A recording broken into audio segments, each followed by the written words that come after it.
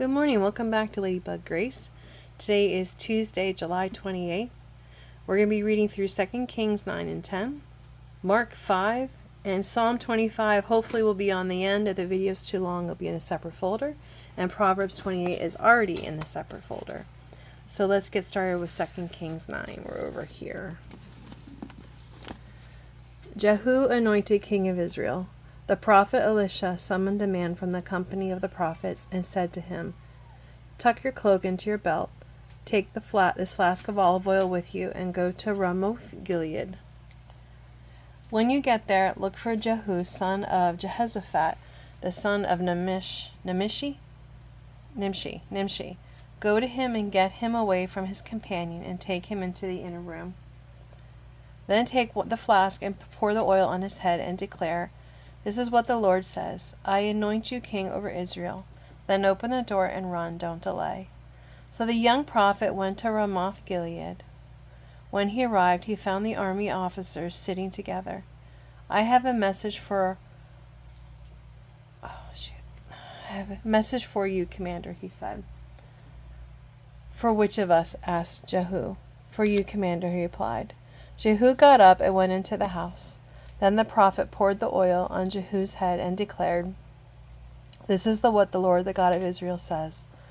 I anoint you king over the Lord's people, Israel. You are to destroy the house of Ahab, your master, and I will avenge the blood of my servants, the prophets, and the blood of all the Lord's servants shed by Jezebel." Okay, going back over here. "The whole house of Ahab will perish. I will cut off from Ahab every last male in Israel, slave or free. I will make the house of Ahab like the house of Jeroboam, son of Nebat, and like the house of Baasha, son of Ahijah. As for Jezebel, dogs will devour her on the plot of ground at Jezreel, and no one will bury her." Then he opened the door and ran. When Jehu went out to his fellow officers,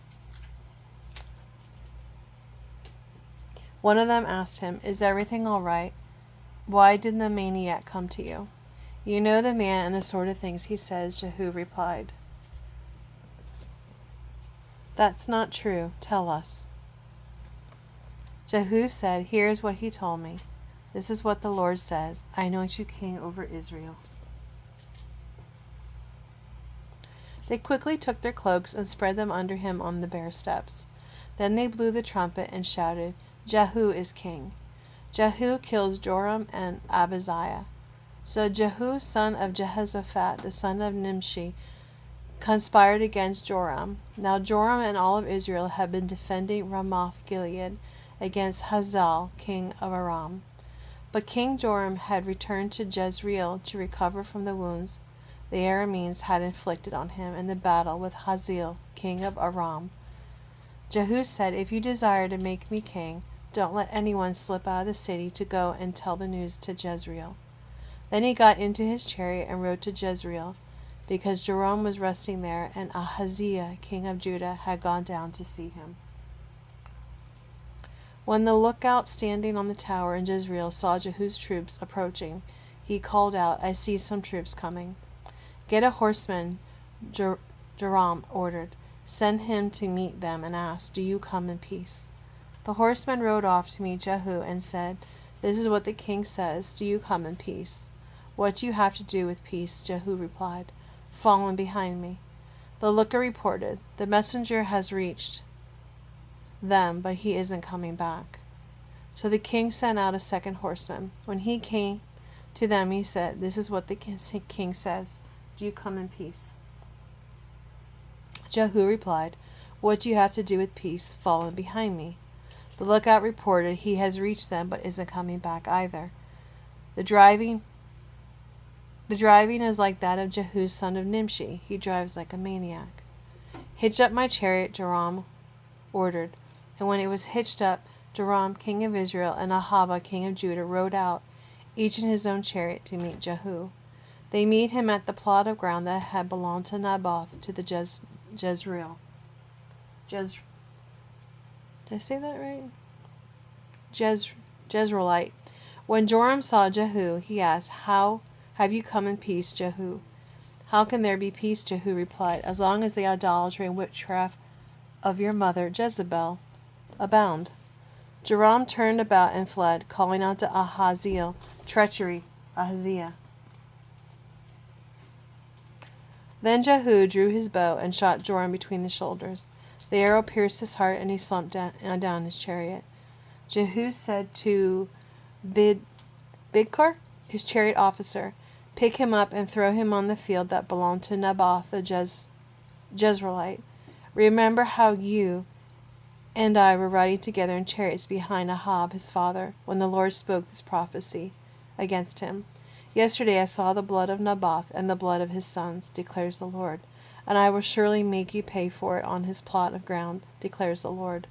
Now then, pick him up and throw him on the plot in accordance with the word of the Lord."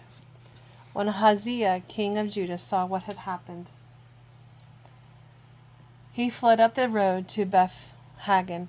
Jehu chased him, shouting, "Kill him now!" They wounded him in the chariot on the way up to Gur, near Iblim, but he escaped to Megiddo? I think I said that right. Megiddo. And died there. His servants took him by chariot to Jerusalem and buried him with his ancestors in his tomb in the city of David. In the 11th year of Joram, son of Ahab, Ahaziah had become king of Judah. Jezebel killed. Then Jehu went to Jezreel, where when Jezebel heard about it, she put on eye makeup, arranged her hair, and looked out a window. As Jehu entered the gate, she asked, "Have you come in peace, you Zimri, you murderer of your master?" He looked up at the window and called out, "Who is on my side? Who?" 2 or 3 eunuchs looked down at him.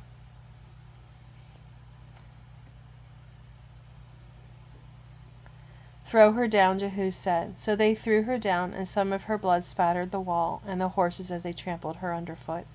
Jehu went in and ate and drank. "Take care of that cursed woman," he said, "and bury her, for she was a king's daughter." But when they went out to bury her, they found nothing except her skull, her feet, and her hands. They went back and told Jehu, who said, "This is the word of the Lord that he spoke through his servant Elijah the Tishbite.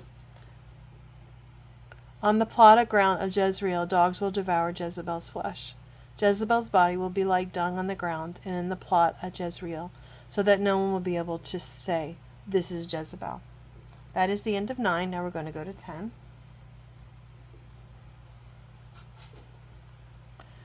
Ahab's family killed.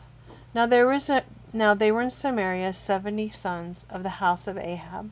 So Jehu wrote letters and sent them to Samaria, to the officials of Jezreel, to the elders and to the guardians and Ahab's children. He said, "You have your master's sons with you, and you have chariots and horses, a fortified city and weapons. Now as soon as this letter reaches you, choose the best and most worthy of your master's sons, and set him on his father's throne. Then fight for your master's house." Oh, hi. How you doing?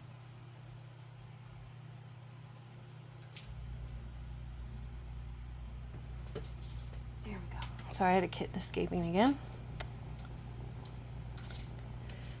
But they were terrified and said, If 2 kings could not resist him, how can we?" So the palace administrator, the city governor, and the elders in the garden sent this message to Jehu: "We are your servants, and we will do anything you say. We will not appoint anyone as king. You do whatever you think best." Then Jehu wrote them a second letter. I had to walk away, so hopefully... So the palace administrator... I think that's where I stopped. So the palace administrator, the city governor, and elders and the guardians sent this message to Jehu: We are your servants, and we will do anything you say. We will not appoint anyone as king. You do whatever you think best. Then Jehu wrote them a second letter, saying, "If you are on my side, you will obey me.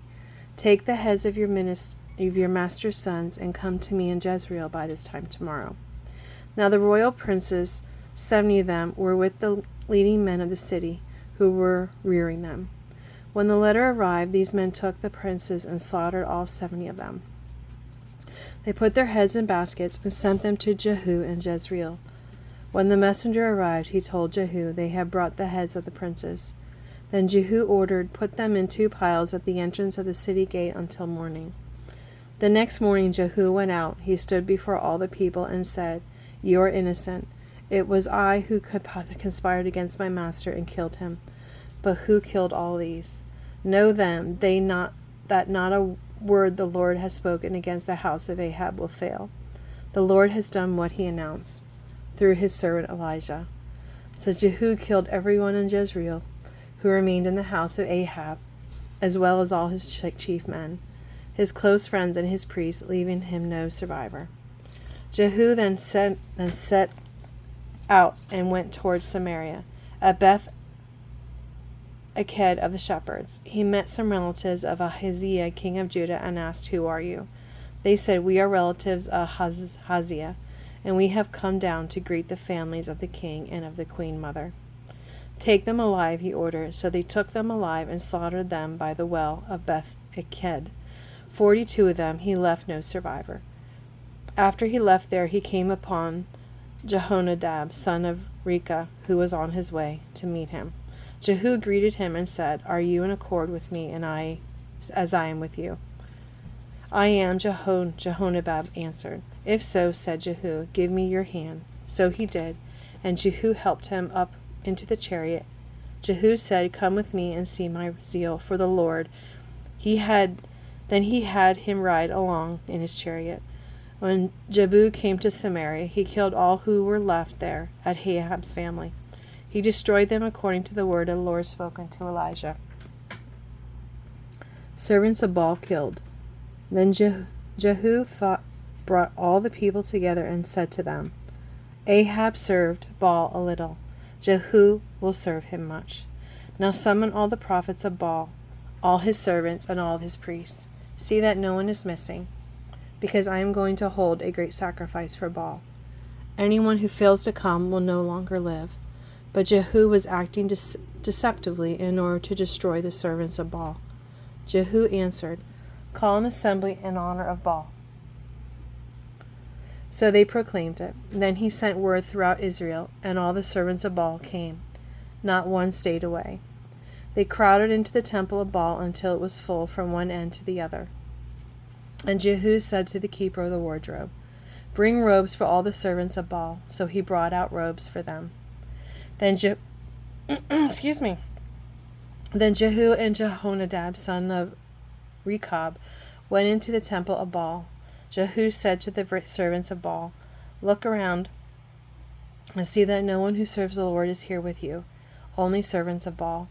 So they went in to make sacrifices and burnt offerings. Now Jehu had posted 80 men outside with this warning: "If one of you lets any of the men I am placing in your hands escape, it will be your life for his life."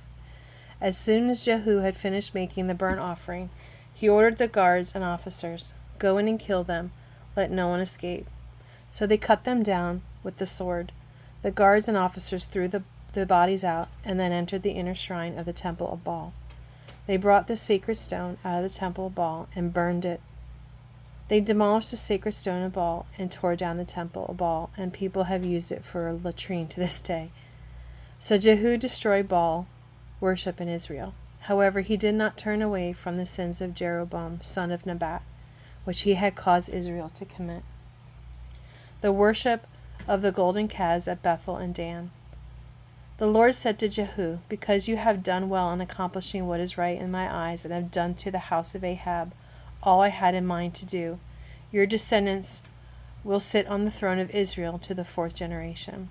Yet Jehu was not careful to keep the law of the Lord, the God of Israel, with all his heart. He did not turn away from the sins of Jeroboam, which he had caused Israel to commit.